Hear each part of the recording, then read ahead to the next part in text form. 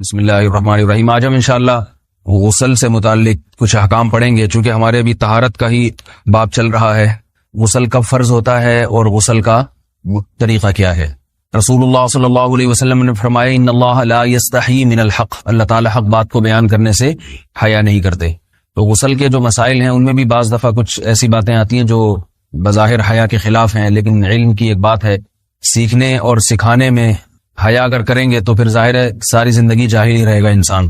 اور غسل کے مسائل سیکھنا اس لیے ضروری ہے کہ غسل جب فرض ہوتا ہے تو جب تک مکمل غسل نہ ہو آپ کی نماز ادا نہیں ہوتی۔ رسول اللہ صلی اللہ علیہ وسلم نے فرمایا الماء من الماء، حدیث ہے کہ غسل فرض ہوتا ہے خواہش نفس کے ساتھ جسم سے منی خارج ہونے سے۔ مرد پہ غسل کب فرض ہوگا؟ جب اس کے جسم سے شہوت کے ساتھ منی خارج ہو۔ منی بالکل سفید رنگ کی چیز ہے، ایک ہوتی ہے مزی۔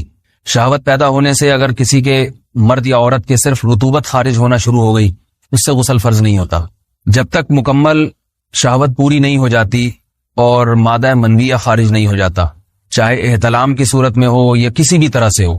مردوں کے ساتھ چونکہ یہ بہت زیادہ ہوتا ہے، نائٹ فال کی صورت میں مردوں پر غسل کی یہ صورت بہت زیادہ فرض ہوتی ہے۔ جیسے ہی بلوغت ہوتی ہے تو احتلام شروع ہو جاتا ہے، ہفتے میں 1 دفعہ 2 دفعہ 3 دفعہ، بعض نوجوانوں کو روزانہ بھی 2 دفعہ ہوتا ہے، جبکہ خواتین میں یہ والے غسل کی صورت بہت ہی کم ہوتی ہے کہ ان کو نائٹ فال ہو یا اس طرح سے غسل فرض ہو۔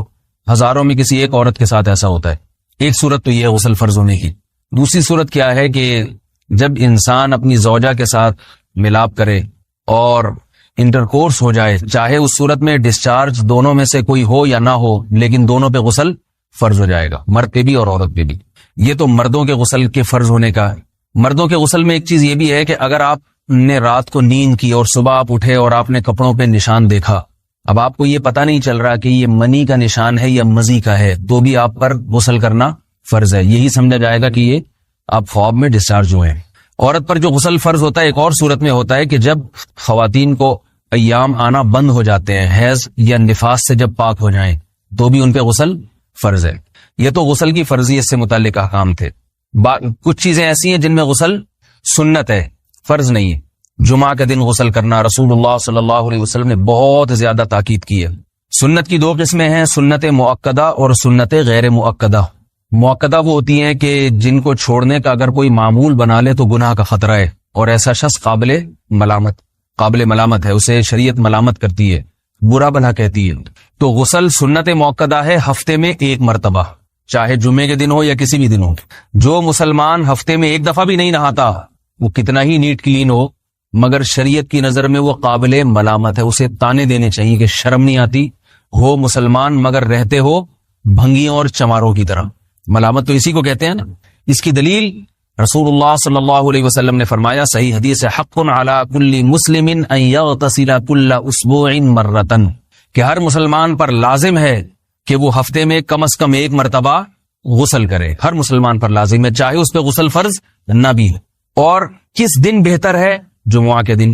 نبی صلی اللہ علیہ وسلم نے حکم دیا ہے کہ جمعے کے دن غسل کیا جائے۔ امام احمد ابن حنبل کا مذہب یہ ہے کہ جمعے کے دن غسل کرنا واجب ہے، صرف سنت نہیں ہے بلکہ واجب ہے، لیکن جمہور کا مذہب یہ ہے کہ سنت عمل ہے۔ غیر مسلم جب اسلام قبول کرتا ہے تو اس وقت بھی اس کے لیے غسل کرنا سنت ہے۔ جب ہم مردے کو نہلاتے ہیں تو جو مردے کو نہلائے اس کے لیے بھی خود غسل کرنا افضل ہے، سنت عمل ہے۔ عید کے دن غسل کرنا سنت عمل ہے۔ تو یہ وہ تمام مواقع ہیں جن میں غسل کرنا رسول اللہ صلی اللہ علیہ وسلم کی سنت ہے۔ غسل کا طریقہ کیا ہے؟ غسل میں 3 چیزیں فرض ہیں، منہ بھر کے قلی کرنا، ناک میں پانی ڈالنا کہ ناک کی جو نرم جگہ ہے یہ اچھی طرح تر ہو جائے، اور پورے جسم پہ 1 مرتبہ پانی بہا دینا کہ جسم میں بال کے برابر جگہ بھی خشک نہ رہے۔ یہ تو ہے فرض، یعنی یہ کام کسی نے کسی بھی طرح سے کر لیا تو غسل ادا ہو جائے گا، چاہے اس کی نیت غسل کی تھی یا نہیں تھی۔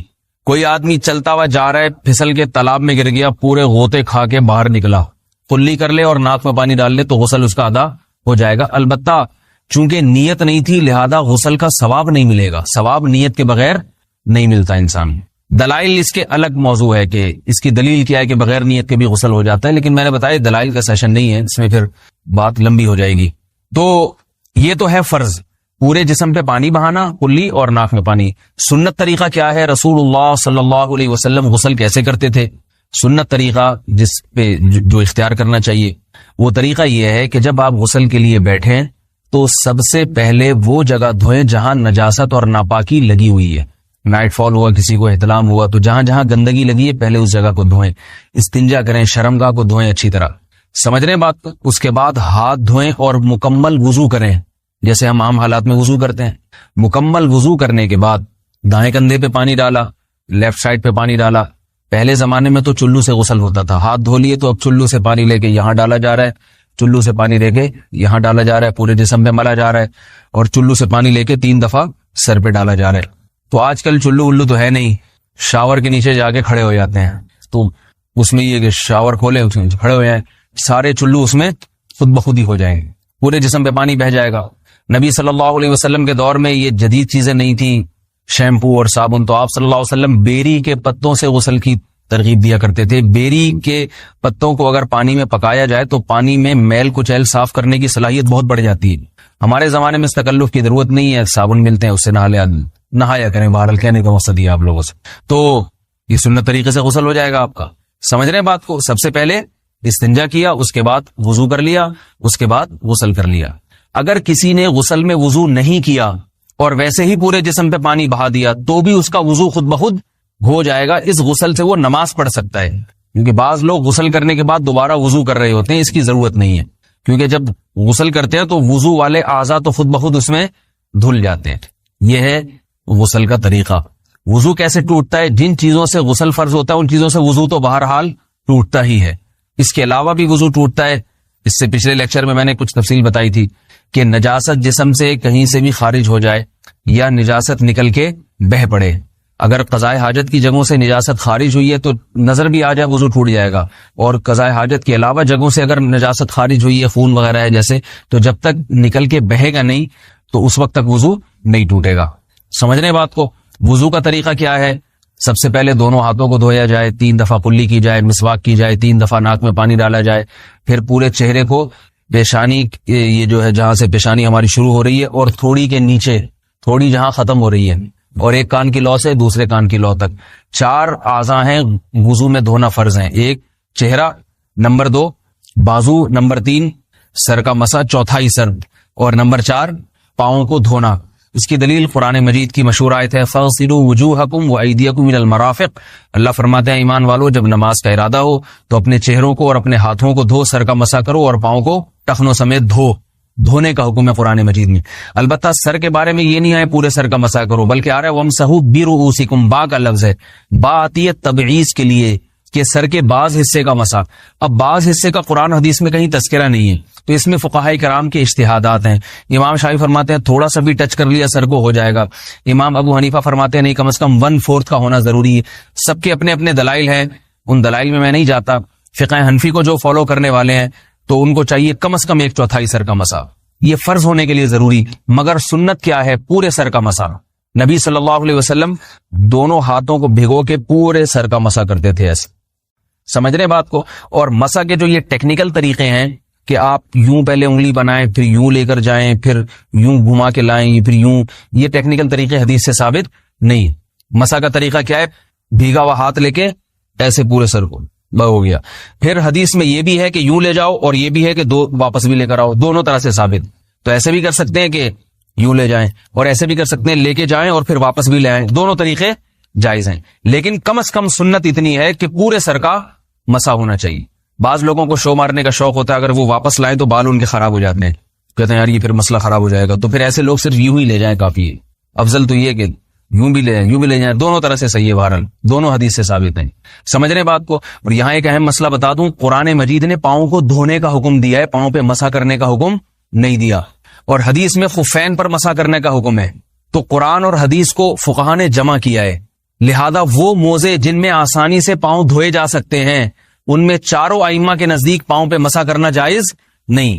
سعودی عرب میں جو بعض سلفی حضرات اور یہاں ہمارے ہاں بھی اہل حدیث حضرات نے عام موضوع پر بھی جو مسا کی ایک روایت ڈال دی ہے, اسلاف میں, تابعین, تبع تابعین میں اور چاروں ائمہ کے مذاہب میں اس کا ثبوت نہیں ملتا. اگر اسلاف میں کوئی قائل بھی ہے تو ایک شاذ قول, اکا دکا قول ملتا ہے, ورنہ یہ ائمہ اربعہ کے مذہب کے خلاف ہے. اور جو احادیث جو نقل ہوتی ہیں صحیح سند کے ساتھ ان کے بھی خلاف اور قرآن کی آیت کے بھی خلاف ہے.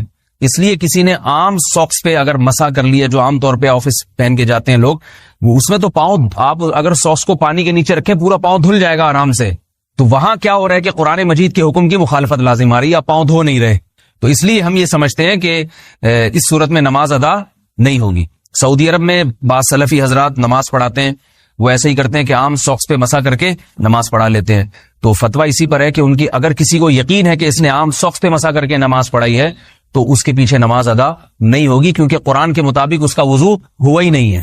صدیوں تک کوئی بھی اس قول کا قائل نہیں رہا ہے کہ عام ساکس پہ بھی مسا ہو جاتا ہے. یہ ابن تیمیہ رحمہ اللہ تعالی 7ویں صدی میں اس کے قائل تھے، اور تابعین میں اکا دکا قول ملتے ہیں اس کے، لیکن شاذ قول ہیں، مرجوح قول ہیں، جن پر امت نے فتویٰ نہیں دیا. اور اب سعودی عرب میں بعض سلفی حضرات اس کے قائل ہیں.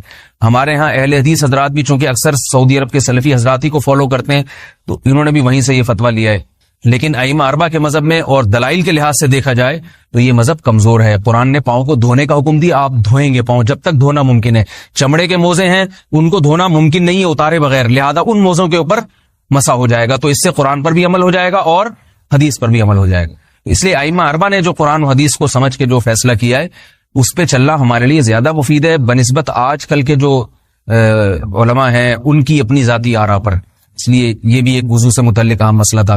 سمجھ رہے ہیں؟ باقی تو ماشاءاللہ وضو کرنا سب کو آتا ہی ہے. اور وضو کے بعد دعا کیا ہے؟ کلمہ شہادت، اشہد ان لا الہ الا اللہ وحدہ لا شریک لہ اشہد ان محمدا عبدہ ورسولہ اللہم اجعلنی من التوابین واجعلنی من المتطہرین. اے اللہ تو مجھے بار بار توبہ کرنے والوں میں شامل کر دے اور بار بار پاکیزہ رہنے والوں میں شامل کر دے. توبہ اس لیے کہ میں نے ظاہری طہارت تو حاصل کر لی، مجھے روحانی طہارت بھی عطا کر دے. اگر میں نے گناہ کی ہوں تو مجھے ان سے بھی توبہ کی توفیق عطا فرما لے، تاکہ اس لحاظ سے بھی میرا وضو ہو جائے، اس لحاظ سے بھی میں پاک ہو جاؤں.